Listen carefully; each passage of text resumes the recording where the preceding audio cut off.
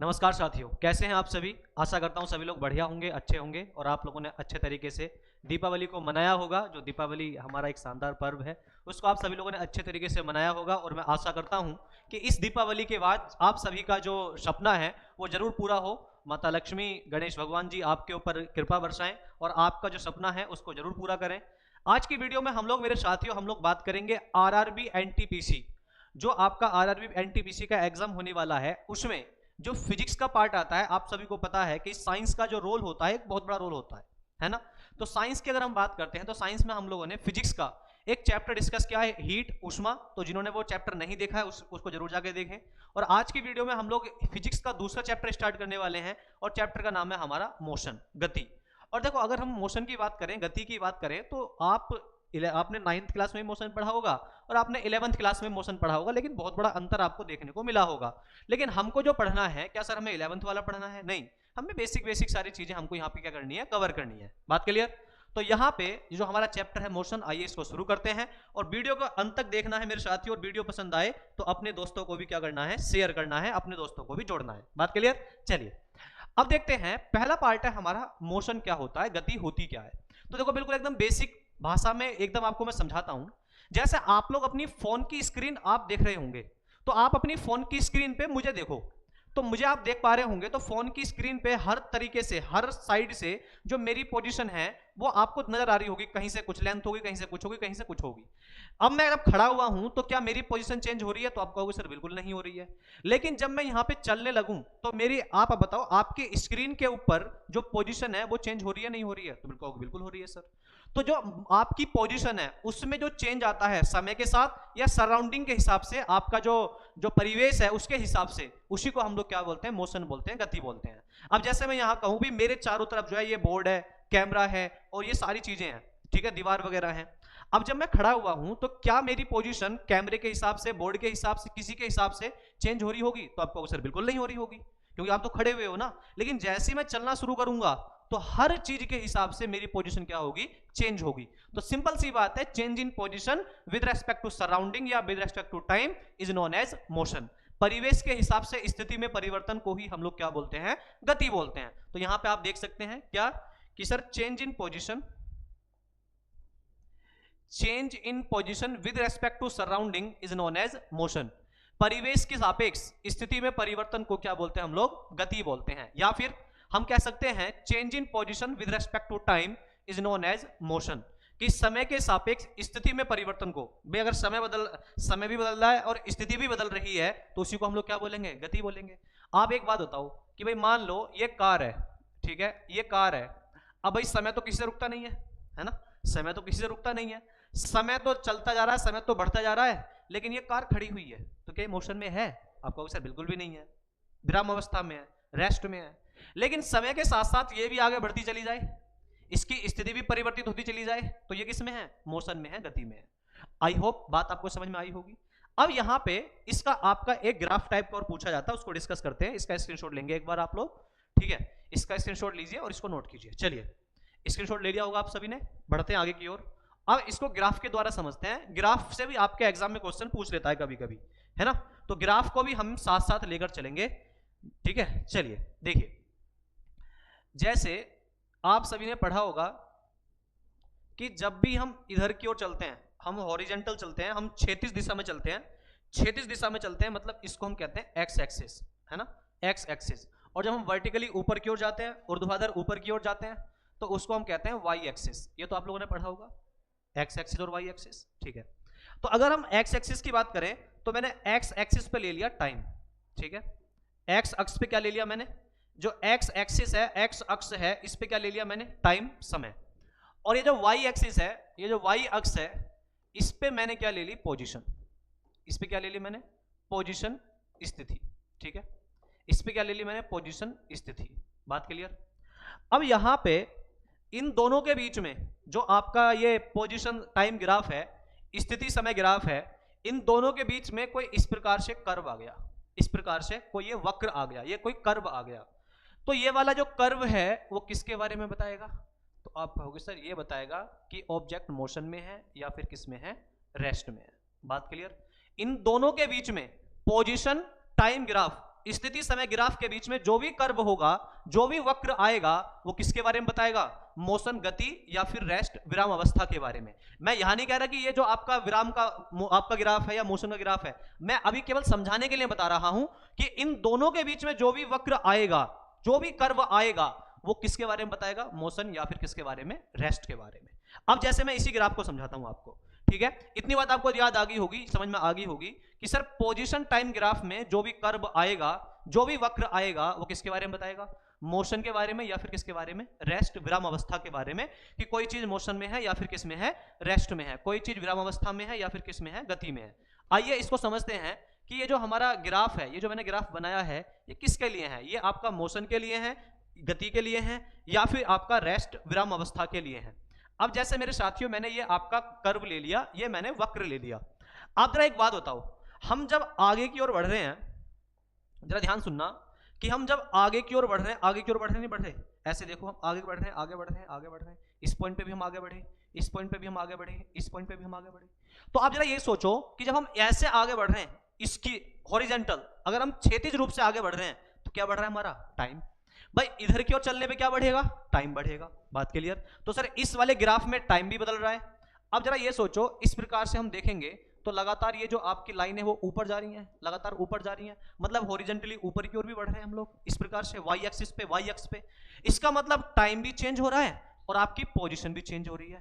तो आप लोगों ने क्या लिखा था? Change in position with respect to time, कि समय के साथ जब स्थिति में परिवर्तन होता है, उसी को हम लोग क्या बोलते हैं? गति बोलते हैं। तो आप बताओ भाई, समय भी बदल रहा है, समय भी चेंज हो रहा है और पोजीशन भी क्या हो रही है? चेंज हो रही है।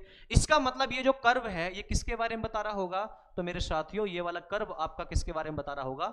मोशन के बारे में, गति के बारे में। किसके बारे में? मोशन के बारे में, गति के बारे में। आपको ऐसा भी एग्जाम में क्वेश्चन आएगा कि वो 4 ग्राफ देगा और 4 ग्राफ देने के बाद आपसे पूछेगा कि बताइए इनमें से कौन सा मोशन को बताता है, गति के बारे में बताता है, और कौन सा ग्राफ ऐसा है, कौन सा ग्राफ ऐसा है जो गति के बारे में नहीं बताता है। ऐसा एग्जाम में क्वेश्चन आएगा। तो देखो, आपको बस क्या देखना है? आपको बस ये देखना है कि वहां पे आपका टाइम भी चेंज हो रहा हो और आपकी पोजीशन भी क्या हो रही हो? चेंज हो रही हो। अब जैसे मैंने यहां पे ले लिया कि भाई ये हो गया हमारा टाइम, समय, ठीक है? ये इधर की ओर हम किस पे चलते हैं? टाइम पर। और ऊपर की ओर हम लोग क्या लेंगे? पोजीशन, ठीक है? ऊपर की ओर हम लोग क्या लेंगे? पोजीशन, स्थिति। बात क्लियर? अब यहां पे मेरे साथियों, मैंने कोई कर्व ऐसा दे दिया आपको, ये वाला, ठीक है? इस प्रकार से। अब जरा एक बात बताओ, ये वाला कर्व देखो, ये वाला आप जो कर्व देख रहे होगे, तो लगातार आगे की ओर तो बढ़ रहा है। ये वाला जो वक्र है वो आगे की ओर तो बढ़ रहा है, लेकिन क्या ऊपर की ओर जा रहा है? क्या टाइम, इस पे टाइम तो चेंज हो रहा है, क्या पोजीशन चेंज हो रही है? तो आपका उत्तर बिल्कुल नहीं हो रही। इसका मतलब समय तो बदल रहा है। भाई समय तो किसी से रुकेगा ही नहीं, समय तो बदलेगा ही हमेशा। समय तो बदल रहा है लेकिन पोजीशन नहीं बदल रही। इसका मतलब ये हुआ, ये वाला जो ऑब्जेक्ट है वो किस में है आपका? ये वाला यहाँ जो ऑब्जेक्ट है वो किस में है? रेस्ट में है। वो कौन सी अवस्था में है? वो है विराम अवस्था में। बात क्लियर? वो किस में है? विराम अवस्था में है। आशा करता हूं सभी को समझ में आई होगी बात। चलिए इसको नोट करेंगे फटाफट सभी लोग।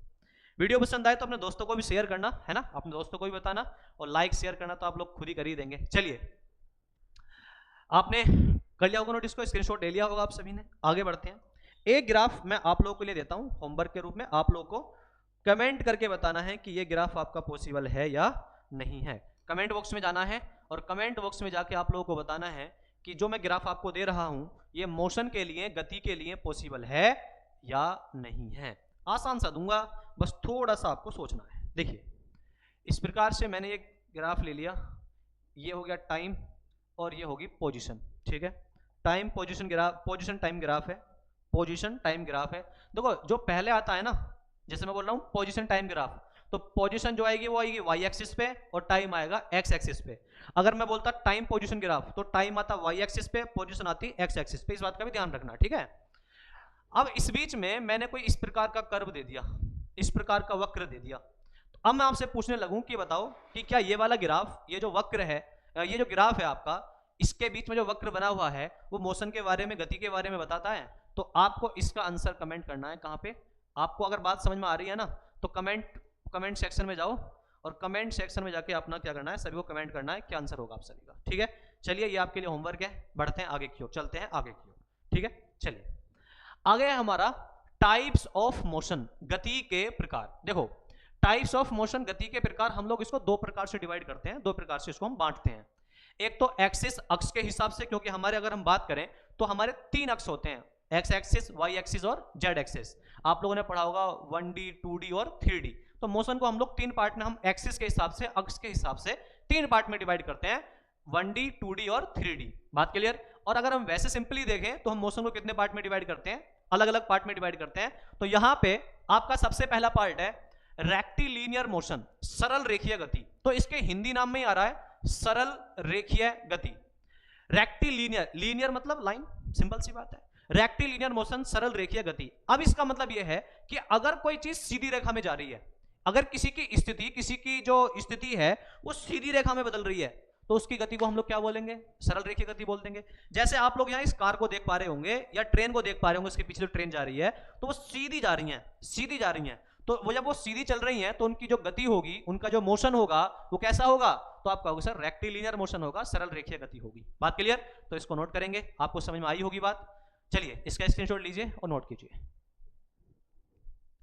समझ में आई बात, सरल रेखीय गति किसको बोलते हैं। चलिए बढ़ते हैं आगे की ओर।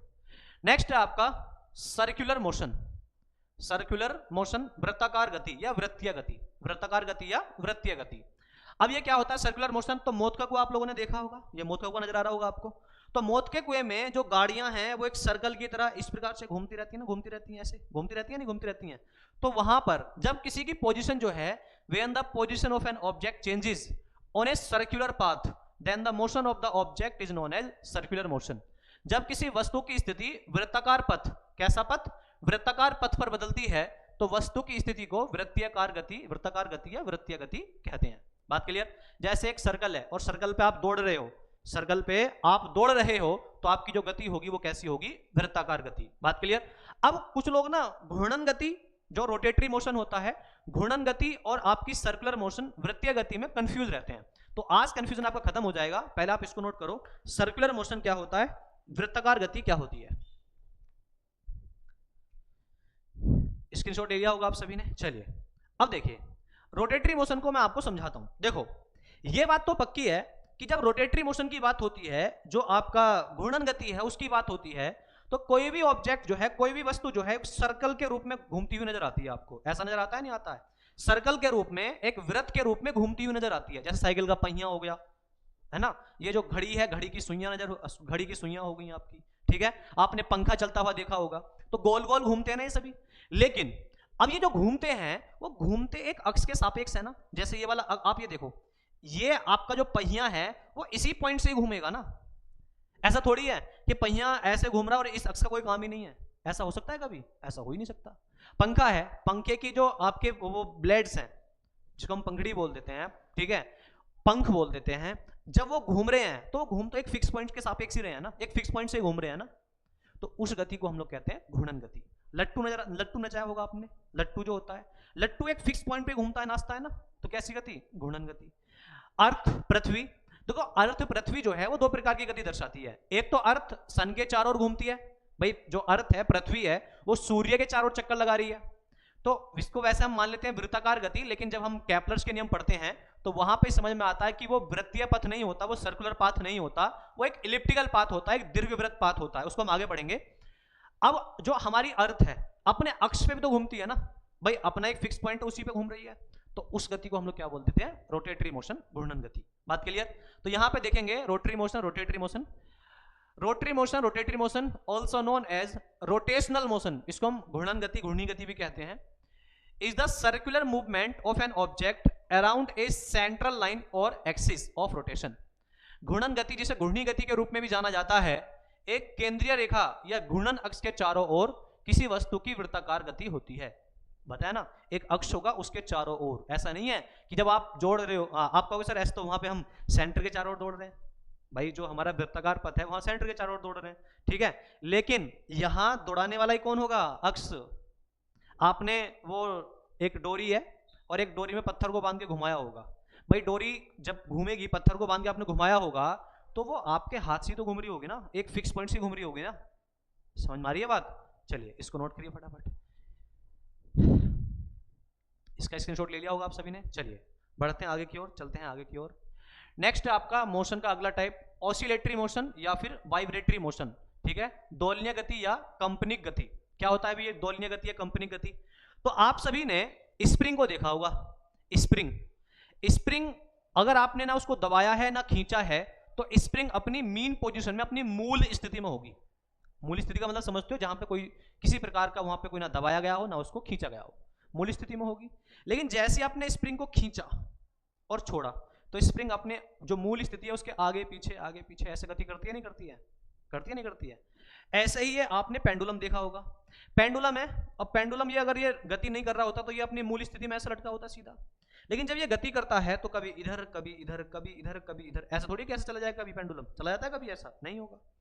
तो यहां पे ये पेंडुलम अपनी निश्चित स्थिति के इधर उधर गति कर रहा है।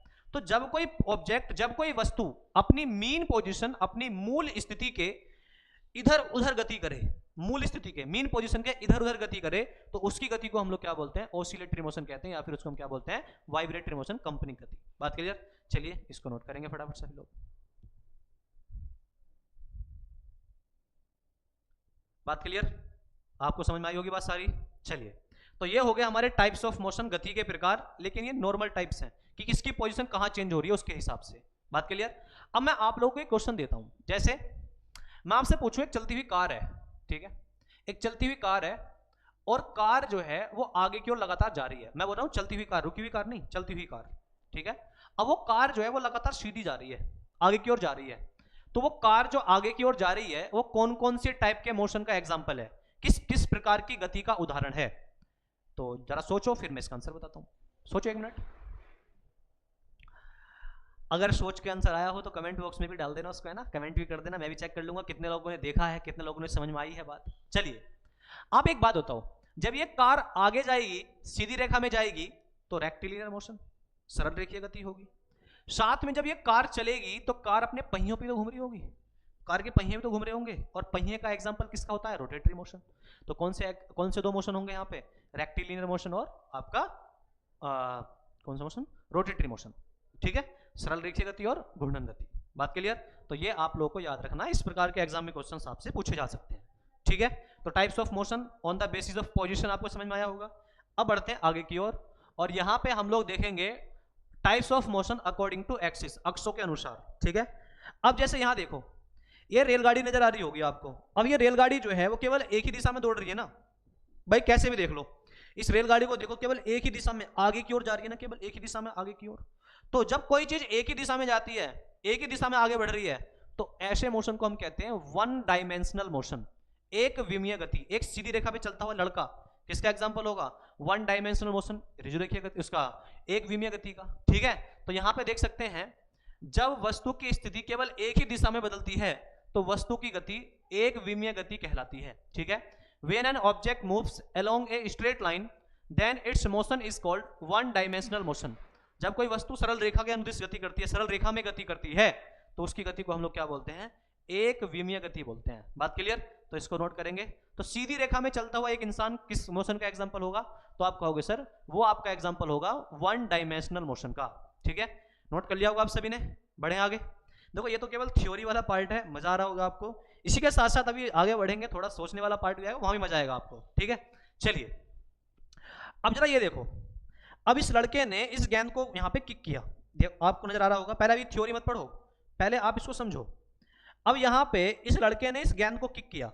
अब जैसे गेंद को किक किया होगा तो सिंपल सी बात है, गेंद आगे भी जा रही होगी और गेंद आपकी ऊपर भी गई होगी। बोलो हाँ या ना? कितनी दिशा में गति करी? दो दिशा में। आपको अक्सर होता है एक ही दिशा में जा रही है आगे, लेकिन वो एक दिशा जो है वो दोनों दिशाओं के बीच में आ रही है ना, तो गेंद जो है वो ऊपर भी और आगे दोनों दिशाओं में जा रही है, नहीं जा रही है? तो जब कोई चीज दो दिशाओं में गति करती है तो वो किसका एग्जाम्पल होगा? तो वो आपका होगा टू डायमेंशनल मोशन का। जैसे आप लोगों ने एक झूला देखा होगा, किस प्रकार का एक झूला है ऐसे, और आप यहां से सीधा यहां आ रहे हो, तो वो भी किसका एग्जाम्पल होगा? 2D मोशन का। बात क्लियर? वृत्ताकार गति जो सर्कुलर सॉरी सर्कुलर मोशन होता है वो भी किसका एग्जांपल होगा? 2D मोशन का होगा। बात क्लियर? तो ये नोट कीजिए फटाफट, इसको नोट कीजिए। बात क्लियर यहां तक? चलिए अब देखो, ये तो आपका फिजिक्स में तो हम लोग पढ़ते हैं, जो फिजिक्स में तो हम दो प्रकार के मोशन ही पढ़ते हैं, 1D मोशन और 2D motion. 3D motion generally हमें पढ़ने मिलता है केमिस्ट्री में। केमिस्ट्री में हम लोग जब पढ़ते हैं गैसों के बारे में, जो गैसेज हैं, गैसों के बारे में जब हम पढ़ते हैं, तो गैस के जो पार्टिकल्स होते हैं, गैस के जो कण होते हैं, वो भी तो गति करते हैं। और गैस के जो कण गति करते हैं वायुमंडल में, वो आपका एग्जांपल होते हैं किसका? 3 डायमेंशनल मोशन का। आप लोगों ने पढ़ा होगा, हम जनरली कितने अक्ष लेते हैं? 3 अक्ष लेते हैं, एक्स अक्ष, वाई अक्ष और जेड अक्ष। और जब किसी, जैसे अब ये आपका एरोप्लेन है, ठीक है, ये जो आपका एरोप्लेन है, ये 3 दिशाओं, आपकी 3 दिशा में आपका गति कर रहा है, तो ये किसका एग्जांपल होगा? 3 डायमेंशनल मोशन। आप ऐसा समझो, सीधी सिंपल सी बात, कि जब कोई आपका एटमॉस्फेयर में, वायुमंडल में गति कर रहा होगा ना कोई भी चीज, पतंग भी तो वायुमंडल मोड़ रही है ना, इसके साथ साथ आपका जो ये वायु के आपके कण हैं, वो भी किसका एग्जांपल होंगे? 3D मोशन का। सिंपल भाषा में समझा रहा हूं आपको, रटने की जरूरत नहीं है। बात क्लियर? तो इसको भी नोट कर लीजिए, इसका भी स्क्रीनशॉट ले लीजिए, ठीक है। तो ये आपको टाइप्स ऑफ मोशन, गति के प्रकार आपको समझ में आए होंगे। बात क्लियर? तो ये बेसिक चीज थी इस चैप्टर की, ये चीज आप लोगों को याद रखनी है। अब आगे बढ़ते हैं और आगे की जो चीज है उसको समझते हैं। हम लोग इस चैप्टर में आगे जाके जब पढ़ेंगे तो इस चैप्टर में बहुत अच्छी अच्छी चीजें हम लोग को पढ़ने मिलेंगी। एक चीज हम लोग पढ़ेंगे स्पीड, जिसको हिंदी में हम लोग बोलते हैं चाल, ठीक है। और एक इसी की तरह होता है, आप लोगों ने पढ़ा होगा, डिस्प्लेसमेंट, ठीक है, डिस्प्लेसमेंट जिसको हम लोग हिंदी में कहते हैं विस्थापन, ठीक है, विस्थापन। अब ये स्पीड क्या होती है, आपकी चाल क्या, सॉरी क्या बोलते हैं, स्पीड नहीं, डिस्टेंस, सॉरी, हम लोग यहां पढ़ेंगे, एक होता है डिस्टेंस, दूरी,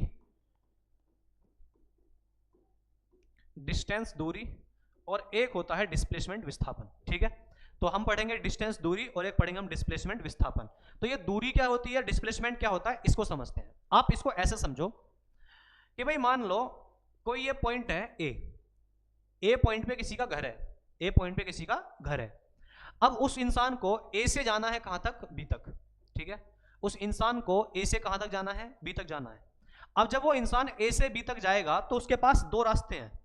ए से बी तक जाने के उसके पास 2 रास्ते हैं। एक तो रास्ता सीधा है कि वो सीधे चला जाए, और एक रास्ता है कि वो ऐसे ऐसे ऐसे घूमता हुआ तब पहुंच जाए। बात क्लियर? तो आप मुझे ये बताओ कि इन दोनों रास्तों में सबसे छोटा रास्ता कौन सा होगा? तो आप कहोगे सर सबसे छोटा रास्ता तो सीधा रास्ता होता है, ये जो सीधा रास्ता, स्ट्रेट लाइन जो है, एक सीधी रेखा जो है, वो सबसे छोटा रास्ता है। बात क्लियर? अब मान लो इसकी जो लेंथ है, इसकी लंबाई है 2 किलोमीटर। अब जब वो इधर उधर घूम के आता है तो उसको चलना पड़ता है 5 किलोमीटर। कितना किलोमीटर? 5 किलोमीटर। बात क्लियर? तो 2 पॉइंट के बीच की, ध्यान सुने मेरी बात को, 2 पॉइंट के बीच की जो मिनिमम लेंथ होती है, मिनिमम लेंथ, न्यूनतम दूरी, जिसको आप शॉर्टकट बोल देते हो, शॉर्टकट तो जानते हो ना, 2 पॉइंट के बीच की जो न्यूनतम दूरी होती, न्यूनतम लेंथ होती है, न्यूनतम लंबाई होती है, उसको हम लोग कहते हैं डिस्प्लेसमेंट, विस्थापन। तो यहां पे 2 किलोमीटर जो है ना, वो डिस्प्लेसमेंट है, विस्थापन है। बात क्लियर? अब 2 पॉइंट के बीच में जब वो इंसान ऐसे ऐसे ऐसे घूम के आ रहा होगा तो उसको मैक्सिमम, अधिकतम चलना पड़ रहा होगा। बोलो हाँ या ना? तो जब वो इस प्रकार से घूमता हुआ आएगा तो जो 2 पॉइंट के बीच में अधिकतम दूरी होती, अधिकतम लंबाई होती है, दूरी छोड़ दो भी, जो 2 पॉइंट के बीच में अधिकतम लंबाई होती है, मैक्सिमम लेंथ होती है, उसको हम कहते हैं डिस्टेंस, दूरी। समझ में आई बात? तो यहां पे 5 किलोमीटर जो है वो क्या है? हमारी डिस्टेंस। और 2 किलोमीटर जो है वो क्या है? हमारा डिस्प्लेसमेंट। अभी बात नहीं समझ में आई, एक और समझाता हूं। जैसे मान लो इंसान ऐसे वृत्त पे घूम रहा है, ठीक है, ये सर्कल मान लेते हैं, एक सेमी सर्कल है, सेमी सर्कल पे इंसान घूम रहा है, ठीक है, सेमी सर्कल पे इंसान घूम रहा है, एक अर्धवृत्त पे इंसान घूम रहा है। अब ये जो अर्धवृत्त है, इसकी कोई रेडियस x है, इसकी कोई त्रिज्या x है। अब इंसान यहां कोई पॉइंट a मान लिया मैंने, अब a से घूम के आ रहा है यहां पे, कहां पे? इस पॉइंट तक आया, b तक। a से घूम के आया कहां पे? b पे। अब मैं आपसे कहने लगूं कि बताओ भाई यहां पे डिस्टेंस क्या होगी और डिस्प्लेसमेंट क्या होगा? तो आप कहोगे कि सर जब वो दूर तक घूम के आ रहा है ना, इस प्रकार से इसकी जो ये सरकमफ्रेंस है, परिधि है, जब वो सरकमफ्रेंस परिधि पे घूम के आ रहा है तो उसे हम कहेंगे डिस्टेंस, दूरी। बात क्लियर?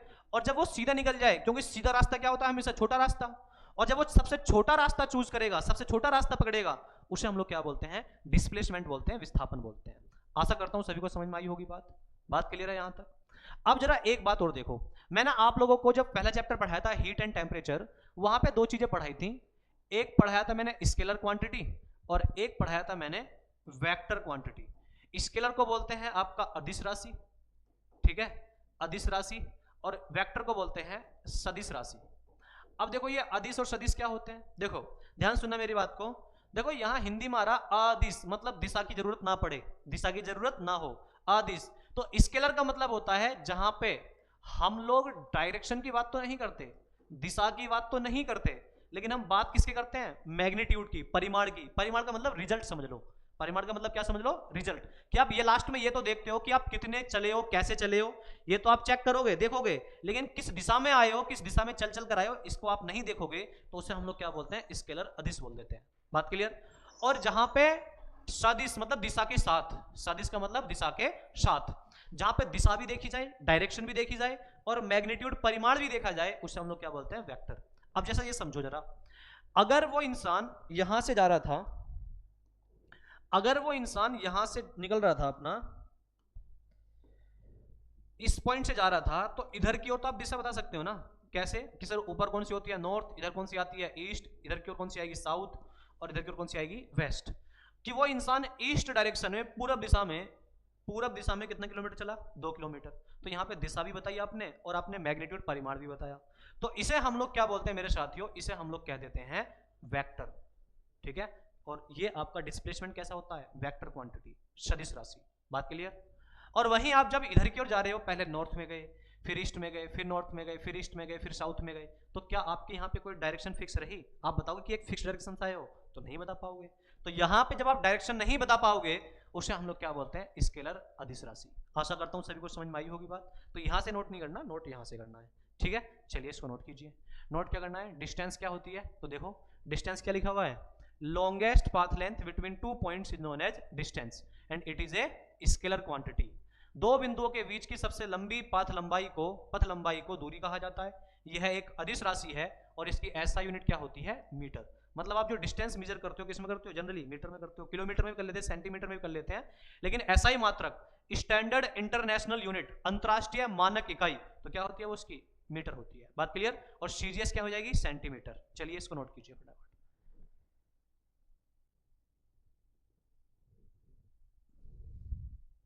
समझ में आ गया होगा डिस्टेंस क्या होती है। चलिए ऐसे ही देखेंगे डिस्प्लेसमेंट क्या होता है, विस्थापन क्या होता है।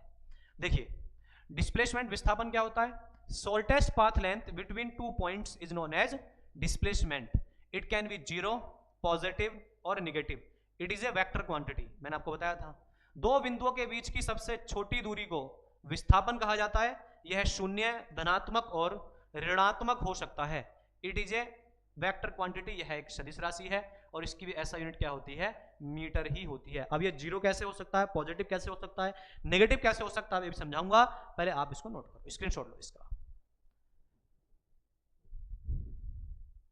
नोट कर लिया होगा आप सभी ने। चलिए अब बढ़ते हैं आगे की ओर। अब यहाँ छोटी छोटी बातों को आपको समझना है। देखिए जैसे मैं आपसे कहूँ कि भाई एक इंसान यहाँ ए से चलना शुरू हुआ, ए पॉइंट से चलना शुरू हुआ और ए से पहुंचा कहाँ पे, बी पे। ए से कहाँ पे पहुंचा, बी पे। अब वो ए से बी से चला, ए से चल के बी पे पहुंचा, तो उसको चलना पड़ा 3 किलोमीटर। कितने किलोमीटर चलना पड़ा, 3 किलोमीटर। बात क्लियर। अब उसके बाद वो बी से चला और बी से चलने के बाद कहाँ पहुंचा, बी से चलने के बाद वो पहुंचा कहाँ पे, सी पे। बी से चल के कहाँ पहुंचा, सी पे। और फिर इसको चलना पड़ा 3 किलोमीटर। कितने किलोमीटर, 3 किलोमीटर। अब इन दोनों में, इसी चीज में आपसे पूछा जाए कि बताइए उस इंसान ने कुल डिस्टेंस, कुल दूरी कितनी तय की है। ठीक है, डिस्टेंस, दूरी कितनी तय की है। और दूसरा आपसे पूछा जाए कि उस इंसान ने, बताइए, डिस्प्लेसमेंट, जो विस्थापन है, वो कितना तय किया है, ये आपसे पूछा जाए। ठीक है, डिस्प्लेसमेंट, विस्थापन कितना तय किया है, ये आपसे पूछा जाए। तो आप लोग एक बात बताओ, आप लोगों ने क्या पढ़ा था डिस्टेंस में, दूरी में क्या पढ़ा था, डिस्टेंस, दूरी में आप लोगों ने पढ़ा था longest path length between 2 points, दो बिंदुओं के बीच की अधिकतम लंबाई। अब ये 2 पॉइंट जो हम लोग लेंगे मेरे साथियों, वो पहला पॉइंट, शुरुआत का पॉइंट, और अंतिम पॉइंट लेंगे, बीच वाले समय कोई मतलब नहीं है। बात क्लियर। तो शुरू का पॉइंट कौन सा है, ए, और अंतिम पॉइंट कौन सा है, सी। अब आप पहले बात करो किसकी, डिस्टेंस की, दूरी की। तो दूरी में क्या करते हो आप लोग, लॉन्गेस्ट पाथ लेंथ, सबसे लंबा रास्ता। अब सबसे लंबा रास्ता तो यही हो सकता है ना, इंसान पहले यहां से यहां जाए, फिर यहां से यहां जाए। तो पहले कितना चलना पड़ेगा, 3 किलोमीटर, फिर कितना किलोमीटर, 3 किलोमीटर। तो सर डिस्टेंस कितनी होगी, तो डिस्टेंस हो जाएगी 6 किलोमीटर। डिस्टेंस कितनी हो जाएगी, 6 किलोमीटर। बात समझ में आई आप सभी को। अब अगर मैं आपसे कहूं डिस्प्लेसमेंट, विस्थापन, तो आपने कहा सर डिस्प्लेसमेंट, विस्थापन का मतलब होता है शॉर्टकट या सीधा रास्ता। तो शॉर्टकट तो यही होगा ना, इस पॉइंट का और इस पॉइंट का, कि इंसान यहां सीधा चला जाए ऐसे। बोलो हाँ या ना, कि भाई इंसान ए से सीधा कहां पे चला जाए, सी पे चला जाए।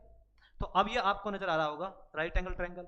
ठीक है, समकोण त्रिभुज, ये वाला एंगल कितना, 90 डिग्री, 90। ये आपका हाइपोटेनियस, ये कर्ण हो जाएगा। ठीक है, अगर मैं इसको एंगल मान लूँ थीटा, तो ये वाले सामने वाली भुजा आपकी परपेंडिकुलर लंब हो जाएगी, और ये वाली साइड क्या हो जाएगी, बेस आपकी आधार हो जाएगी। तो आपने पाइथागोरस थ्योरम सभी ने पढ़ी है। पाइथागोरस थ्योरम क्या होती है, हाइपोटेनियस स्क्वायर मतलब कर्ण का स्क्वायर बराबर होता है परपेंडिकुलर स्क्वायर लंब का स्क्वायर प्लस बेस स्क्वायर आधार का स्क्वायर। आपके पास परपेंडिकुलर कितना है, 3, 3 का स्क्वायर कितना होता है, 9। इसी प्रकार से आपका बेस कितना है, 3 और 3 का स्क्वायर कितना होता है, 9। तो इसको ऐसे तो लिख सकते हो 2 गुणा 9, 2 मल्टीप्लाई बाई 9। भाई 9 9 18 या 2 दुनिया 2 9 18, बात वही है। लेकिन आपको हाइपोटेनस चाहिए ना, तो यहाँ से स्क्वायर हटाओगे, इस पे क्या जाएगा, स्क्वायर रूट। 2 का स्क्वायर रूट रहने देते हैं, 9 का स्क्वायर पता कितना होता है, 9 का स्क्वायर रूट पता कितना होता है, 3। तो ये आपका जाएगा 3√2 किलोमीटर। अब एक बात आपको मैं सिंपल सी बात बता रहा हूँ, देखो आप पाइथागोरस थ्योरम तो आप लगा सकते हो, पाइथागोरस थ्योरम तो आप लगाओगे, लेकिन जब आपके बेस और परपेंडिकुलर दोनों सेम हो, आधार और लंब दोनों सेम हो, एक जैसे हो, तो आपका जो आंसर होगा ना, जो भी वैल्यू है उसके आगे उसके पीछे आप √2 लगा दो बस। जैसे मैं कहूँ यहाँ दोनों 5 5 होते तो 5√2, 6 6 होते 6√2, ऐसा आप लोग कर सकते हैं। बात क्लियर, इसको नोट करें एक बार, इसको नोट करेंगे, कर लिया नोट सभी ने। चलिए बढ़ते हैं आगे, आगे देखते हैं और कैसे क्वेश्चन पूछ सकता है डिस्प्लेसमेंट से, विस्थापन से। अगर वीडियो पसंद आ रही हो मेरे साथियों, वीडियो को लाइक शेयर करना ना भूलें, अपने दोस्तों को भी जोड़िए, क्योंकि देखो हम लोग फ्री ऑफ कॉस्ट पूरा जो आप, मैं फिर बता रहा हूँ, आप बैच खरीद के पढ़ते वही चीज़ हम आपको फ्री में पढ़ा रहे हैं, आप चेक कर सकते हो जाकर, मिला सकते हो जाके। ठीक है, तो आप लोग वीडियो को लाइक शेयर करना ना भूलें अपने दोस्तों के साथ भी। ठीक है, चलिए देखते हैं। अब मान लो ये एक सर्कल है, ये एक वृत्त है, ठीक है, ये एक सर्कल है, ये एक वृत्त है, और इस सर्कल की रेडियस, इस वृत्त की त्रिज्या मैं मान लेता हूँ 50 मीटर है। कितने मीटर है, 50 मीटर। ठीक है, 50 मीटर है। अब मैंने इस सर्कल पे, इस वृत्त पे कोई एक पॉइंट मान लिया ये, ठीक है, पॉइंट ए। अब पॉइंट ए से कोई इंसान क्या करता है, अपनी यात्रा को शुरू करता है, अपनी जर्नी को, अपनी यात्रा को शुरू करता है, और पॉइंट ए पे ही क्या करता है, अपनी जर्नी को एंड करता है, खत्म करता है। बात क्लियर। कोई इंसान है, इस सर्कल पे उसको दौड़ना है, सर्कल पे दौड़ना है, बात ध्यान सुनना मेरी बात को, सर्कल पे दौड़ना है, ए से ही शुरू करता है और ए पे क्या करता है, खत्म करता है। बात क्लियर, ए से ही दौड़ना शुरू करता है और ए पे ही दौड़ना खत्म करता है। और आपसे पूछेगा कि बताइए उस इंसान की कुल डिस्टेंस कितनी है, कुल डिस्टेंस दूरी कितनी है, ठीक, डिस्टेंस दूरी कितनी है, और दूसरा उस इंसान की डिस्प्लेसमेंट, उस इंसान की डिस्प्लेसमेंट विस्थापन कितनी है, यह आपसे पूछा जाए। ठीक है, डिस्प्लेसमेंट विस्थापन कितना है। देखिए अब आप लोगों को पता है डिस्टेंस का मतलब, दूरी का मतलब क्या होता है, तो लॉन्गेस्ट पाथ लेंथ, सबसे लंबा रास्ता। अब जब इंसान ए से चल के पूरा इस पे दौड़ के आएगा, इसको क्या बोलते हैं, सरकमफ्रेंस, परिधि बोलते हैं ना, ये तो आपको पता होगा, इसको हम लोग क्या बोलते हैं, सरकमफ्रेंस, परिधि बोलते हैं। और जब इंसान पूरा इस पे दौड़ के आएगा तो वो तो सबसे लंबा रास्ता होगा ना, और सबसे लंबे रास्ते को हम लोग क्या बोलते हैं, डिस्टेंस, दूरी। और सरकमफ्रेंस परिधि का फॉर्मूला क्या होता है, 2πr, ये होता है ना सरकमफ्रेंस परिधि का फॉर्मूला। सरकमफ्रेंस परिधि का फॉर्मूला क्या होता है, 2πr। चलिए तो 2 इंटू पाई को ऐसे रहने देते हैं, आर की वैल्यू कितनी है, 50। तो जैसे आप आंसर रखोगे, वैल्यू रखोगे, तो आपका आंसर आ जाएगा 100 पाई मीटर। तो दूरी तो होगी यहाँ पे कितनी हमारी, 100 पाई मीटर। बात क्लियर, दूरी कितनी होगी, 100 पाई मीटर होगी। लेकिन अब मैं आपसे पूछने लगूं डिस्प्लेसमेंट बताओ, विस्थापन बताओ, डिस्प्लेसमेंट विस्थापन बताओ, तो आप कहोगे कि सर शुरू कहां से किया था, ए पे, अंत भी कहां पे किया है, ए पर।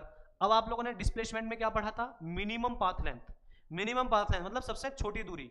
अब यहां देखो मिनिमम पाथ लेंथ तो 0 ही है ना भाई, जहां से शुरू किया था वहीं पे अगर रुक गया तो डिस्प्लेसमेंट कितना हो जाएगा, 0। तो आप लोग को एक बात ध्यान रखनी है कि जब आपकी इनिशियल पोजीशन और फाइनल पोजीशन सेम हो, प्रारंभिक स्थिति और अंतिम स्थिति आपकी सेम हो, तो डिस्प्लेसमेंट कितना हो जाता है, 0। जैसे मैं आपसे कहूं कि आप अपने घर से चल के बाजार गए और बाजार से चल के घर आए, शुरुआत कहां से की थी, घर से, अंतिम पॉइंट भी क्या है, घर है, तो आपका डिस्प्लेसमेंट कितना है, 0। बात क्लियर, तो डिस्प्लेसमेंट 0 हो सकता है, डिस्टेंस कभी 0 नहीं हो सकती। ये वाली बात समझ में आई, तो नोट करो इसको। चलिए नोट करिए,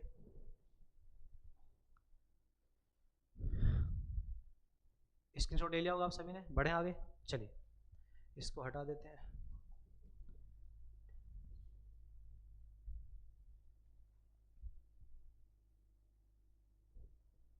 देखिए अब आगे मैं अगर आपसे कहूं कि भैया ये एक सेमी सर्कल है, अर्धवृत्त है, ठीक है,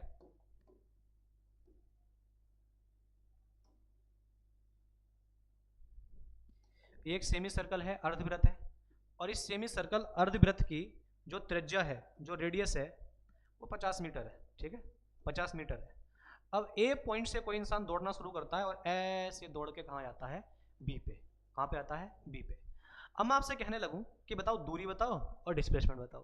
देखो दूरी को डिनोट करते हैं कैपिटल स्मॉल डी से और डिस्प्लेसमेंट को डिनोट करते हैं स्मॉल एस से। विस्थापन को व्यक्त करते हैं स्मॉल एस से और दूरी को व्यक्त करते हैं स्मॉल डी से। बात क्लियर? तो डिस्टेंस दूरी, भाई ये क्या होती है, सर्कमफ्रेंस परिधि होती है और ये सेमी सर्कल है, अर्धवृत्त है, और अर्धवृत्त की सर्कमफ्रेंस क्या होगी, पाई आर। परिधि क्या होगी, पाई आर। तो आर की वैल्यू कितनी, रेडियस कितनी है 50, पाई को ऐसे रहने देते हैं, तो 50 पाई मीटर आपका आंसर हो जाएगा। अब डिस्प्लेसमेंट विस्थापन पूछा जाए तो आप लोगों को पता है दो पॉइंट के बीच का मिनिमम छोटा रास्ता। अब अगर इंसान सबसे छोटा रास्ता तो यही पड़ेगा ना, इंसान को सीधे निकल जाए यहाँ से, ए से बी पे चला जाए, तो ये वाले क्या होती है, डायमीटर, व्यास होता है, और व्यास जो होता है रेडियस का डबल होता है। रेडियस कितनी है 50, उसका डबल कितना हो जाएगा 100 मीटर। तो यहाँ पे आपकी जो डिस्प्लेसमेंट आएगी वो कितनी आएगी, 100 मीटर आएगी। तो यहाँ से एक बात आपको नजर आ रही होगी, क्या नजर आ रहा होगा कि हर बार, हर समय जो डिस्टेंस है, जो दूरी है, जो डिस्टेंस है, दूरी है, वो ज्यादा आ रही है किससे, डिस्प्लेसमेंट से। ये बात आपको नजर आ रही होगी कहीं ना कहीं।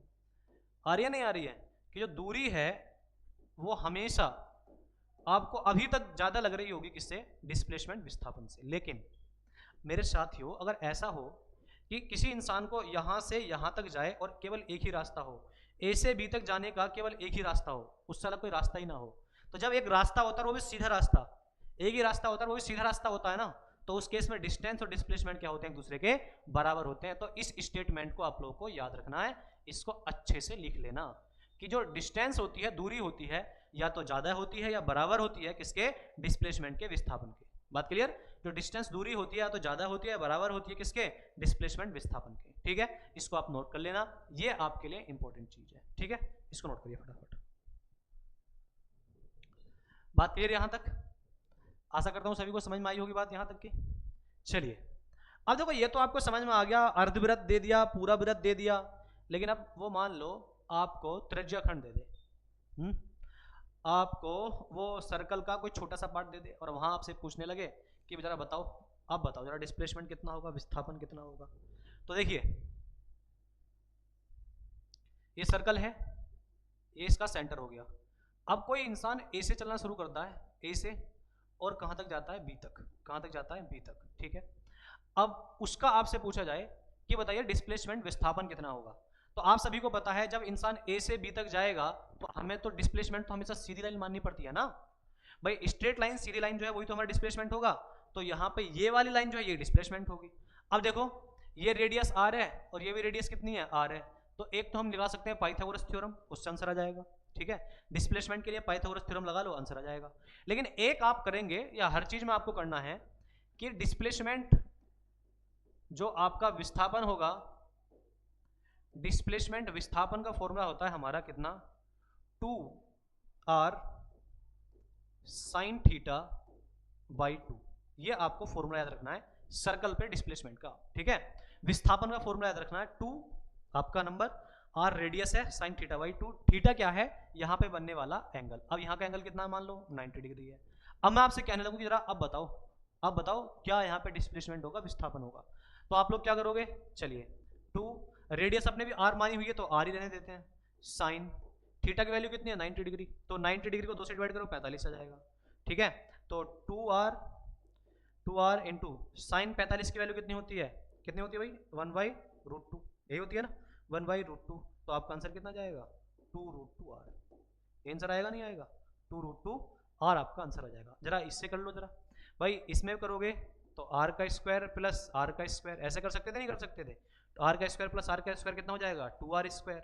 लेकिन आपको क्या चाहिए था, ये हाइपोटेनस चाहिए था, h चाहिए था, s का स्क्वायर थोड़ी चाहिए था।